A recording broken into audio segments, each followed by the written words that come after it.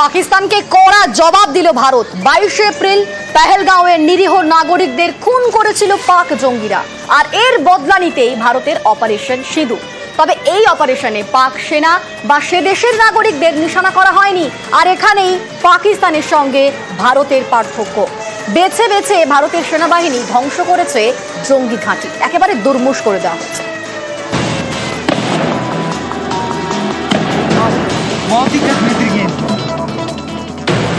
22 April দক্ষিণ কাশ্মীরের পেহেলগাঁওয়ে হামলা, জঙ্গিদের গুলিতে রক্তাক্ত হয় বৈসারান উপত্যকা।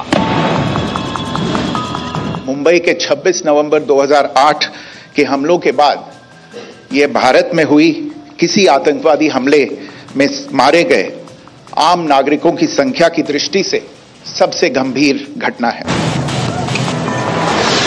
15 দিনের মধ্যে ভারতের বদলা অপারেশন সিঁদুর। একের পর এক মিসাইল হামলায় গুঁড়িয়ে দেওয়া হলো 9টি জঙ্গি ঘাঁটি।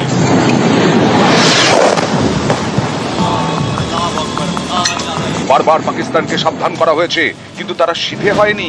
জঙ্গি কারখানা চালুই রেখেছে, লক্ষ্য একটাই, কিভাবে ভারতকে রক্তাক্ত করা যায়। पाकिस्तान में पिछले 3 दशकों से टेरर इंफ्रास्ट्रक्चर का निर्माण हो रहा है।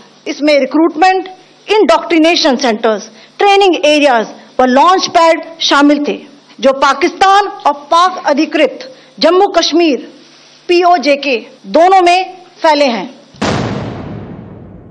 यह हमला स्पष्ट रूप से जम्मू और कश्मीर में बहाल हो रही सामान्य स्थिति को बाधित करने के उद्देश्य से किया गया था। चूंकि पर्यटन फिर से अर्थव्यवस्था का मुख्य आधार बन रहा था, इस हमले का मुख्य उद्देश्य इसे प्रतिकूल रूप से प्रभावित करना था। पिछले वर्ष 2.25 करोड़ से अधिक पर्यटक कश्मीर आए थे। इस हमले का मुख्य उद्देश्य इसलिए संभवतः यह था कि इस संघ राज्य क्षेत्र में विकास और प्रगति को नुकसान पहुंचाकर इसे पिछड़ा बनाए रखा जाए और पाकिस्तान से लगातार होने वाले सीमा पार आतंकवाद के लिए उपजाऊ जमीन बनाने में सहायता की जाए। এর আগে বারবার ভারতের মাটিকে রক্তাক্ত করেছে পাকিস্তান। 2001-এ সংসদ হামলায় 9 জনের মৃত্যু।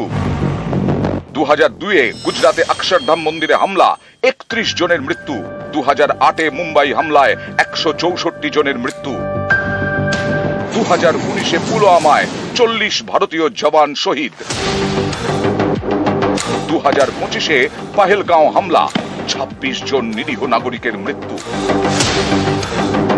पहलगाम आतंकवादी हमले की जांच से पाकिस्तान के साथ आतंकवादियों के संपर्क उजागर हुए हैं। रेजिस्टेंस फ्रंट द्वारा किए गए दावे और लश्कर-ए-तैयबा से ज्ञात सोशल मीडिया हैंडल द्वारा इसको रीपोस्ट किया जाना इसकी पुष्टि करता है। चश्मदीद गवाहों और विभिन्न जांच एजेंसियों को उपलब्ध अन्य सूचनाओं के आधार पर हमलावरों की पहचान भी हुई है। इस हमले की रूपरेखा भारत में सीमा पार आतंकवाद को अंजाम देने के पाकिस्तान के लंबे ट्रैक रिकॉर्ड से भी जुड़ी हुई है। ভারতের লক্ষ্য স্থির, জঙ্গি ঘাঁটি ধ্বংস করা, কিন্তু পাকিস্তান ষড়যন্ত্রকারী। জঙ্গিদের আশ্রয় দেয়, প্রশিক্ষণ দেয়, টাকা দেয়। সেই জঙ্গিরা রক্ত ঝরায় ভারতে একবার নয়, বারবার। গত 10 বছরে জঙ্গি হামলায় ভারতের 350 সাধারণ নাগরিক প্রাণ হারিয়েছেন, 800 জন আহত হয়েছেন, শহীদ হয়েছেন প্রায় 600 নিরাপত্তা কর্মী, আহত প্রায় 1400।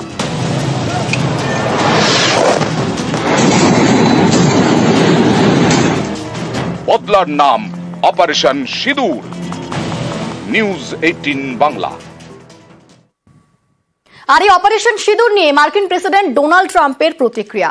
দুই দেশকে দ্রুত সমস্যা সমাধানের বার্তা দিচ্ছেন তিনি।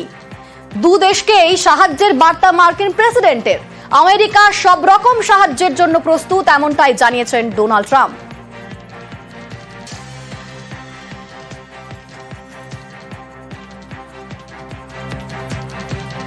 আমেরিকা সব রকম সাহায্যের জন্য প্রস্তুত, দু দেশকেই সমস্যা সমাধানের বার্তা দিচ্ছেন তিনি। দ্রুত সমস্যা সমাধানের বার্তা এবং দু দেশকেই সাহায্যের আশ্বাসও দেওয়া হয়েছে। দু দেশকেই সাহায্যের বার্তা মার্কিন প্রেসিডেন্ট ডোনাল্ড ট্রাম্পের। অপারেশন সিঁদুর নিয়ে মার্কিন প্রেসিডেন্ট ডোনাল্ড ট্রাম্পের প্রতিক্রিয়া। দুই দেশকেই দ্রুত সমস্যা সমাধানের বার্তা, দুদেশকেই সাহায্যের বার্তা ট্রাম্পের। আমেরিকা সব রকম সাহায্যের জন্য প্রস্তুত, এমনটাই জানিয়েছেন মার্কিন president Donald Trump. Oh, it's so terrible. My position is I get along with both. I know both very well, and I want to see them work it out. I want to see them stop, and hopefully they can stop now. They've gone tit for tat, so hopefully they can stop now. But I know both. We get along with both countries very well, good relationships with both, and I want to see it stop. And if I can do anything to help, I will be there. সীমান্তের ওপারে বদলা আর এপারে যুদ্ধের প্রস্তুতি। দেশের নানা প্রান্তে mock drill. পশ্চিমবঙ্গে বুধবার মক ড্রিল হয় 31 জায়গায়।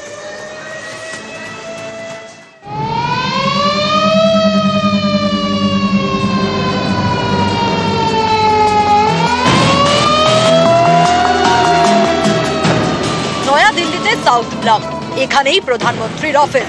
সেই সাউথ ব্লকে মক ড্রিল হলো বুধবার। সীমান্তের ওপারে বদলা, একই সঙ্গে এপারে যুদ্ধের প্রস্তুতি।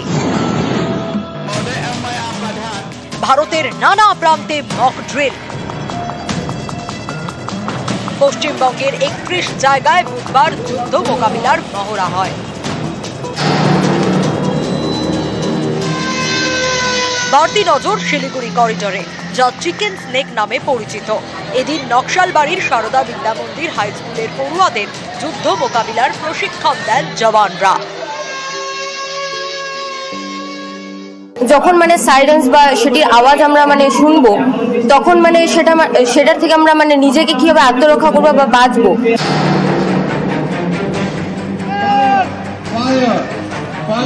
শিলিগুড়ির মাটিগাড়াতেও মক ড্রিল। যুদ্ধ পরিস্থিতিতে আগুন লাগলে কিভাবে ব্যবস্থা নিতে হবে, উদ্ধার কাজে কিভাবে সাহায্য করতে হবে, এসব শেখান এসএসবি জওয়ানরা।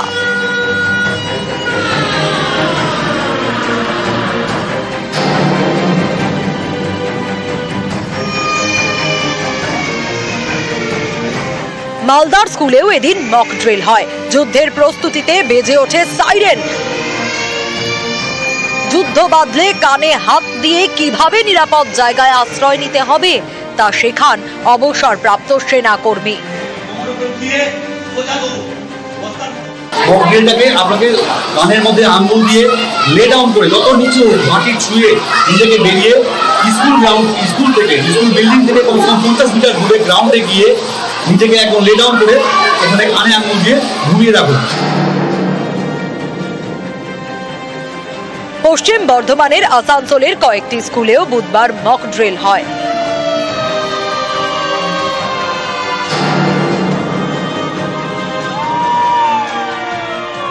উত্তর 24 পরগনার হিঙ্গলগঞ্জ, এখানে বাংলাদেশ সীমান্ত ঘেঁষা রূপমারি। এখানে বিপর্যয় মোকাবিলা বাহিনীর কর্মীরা মক ড্রিল চালান, সচেতন করা হয় স্থানীয়দের।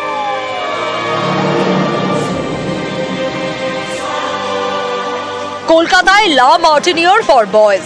যুদ্ধ পরিস্থিতি তৈরি হলে কি করতে হবে পড়ুয়াদের শেখান শিক্ষকরা। আমাদের বাচ্চাদের ইনস্ট্রাকশন দেওয়া হলো, প্রথমে একটা বেল হলো, তো সেই বেলটাতে ওরা ডাক ইন করে গেল, ডেস্কের নিচে সাইরেন বাজলো, ওরা একদম অর্ডারলি ওয়েতে লাইন করে এখন ওরা চলে যাচ্ছে ফিল্ডে।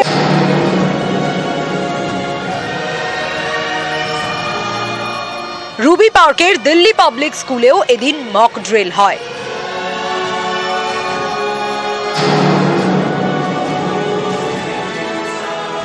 শিয়ালদায় ডিআরএম এর স্পোর্টস কমপ্লেক্সের মাঠে বুধবার মক ড্রিল করে রেল। উপস্থিত ছিলেন রেলের শিয়ালদা ডিভিশনের অফিসাররা।